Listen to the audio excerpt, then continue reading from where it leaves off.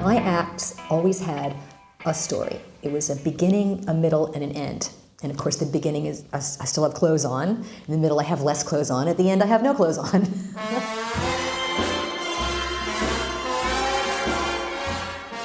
I moved here to stay. I moved here to bring back real striptease on Bourbon Street. Before I moved to New Orleans, I consistently traveled for 7 years. I think anybody that's been on the road for any length of time can tell you it's no way to live. I mean, it was really fun for 7 years, and then it was getting old, and so was I. So I figured that Bourbon Street seemed like a good place for old strippers to go and die, right? I would do 3 shows a night. If I filled the club one more than half, I would get paid $100 a show. If I couldn't fill the club, then I got paid $25 for the show. And I would do the show anyway, because I wanted to entertain people and I was a good sport.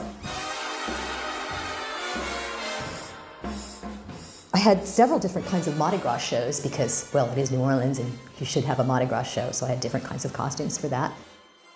I had a costume where I dressed up like an electric guitar and did Jimi Hendrix version of the Star Spangled Banner.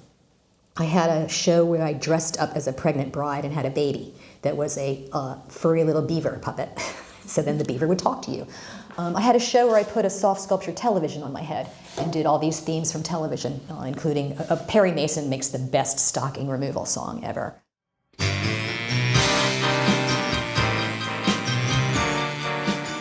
And there were always people walking down the street, usually with drinks in their hands, because you're allowed to do that on Bourbon Street. And often, if it was a bald guy, I would tell him to put his nose in my cleavage. And then I would leave a big old greasy lipstick mark on the top of his head. In those days, there was a huge presence of cops on Bourbon Street. And they could tell how good a night I was having by how many bald guys have lipstick marks on their heads. I did this job for 30 years, so I know what I'm doing on the stage, and that was what really made it so much fun, was I had the power of the audience in my hand. It didn't occur to me that my career as a stripper would last until I was 50. It just didn't really even faze me. I know that I looked good for the most part, depending on the lighting sometimes. I know that the tap dancers started to call me grandma, but I knew that it was going to be time to go.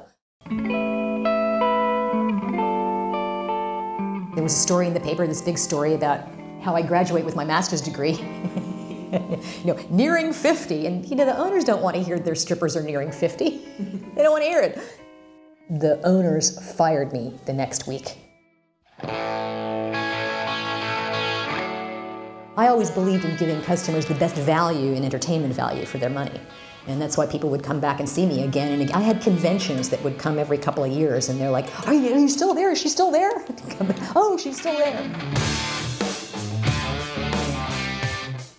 So you'll see strippers standing out on the street in short hot pants or whatever, but they don't know how to engage. And so without me on Bourbon Street, it's not the same. People got to enjoy me for 17 years. You're welcome.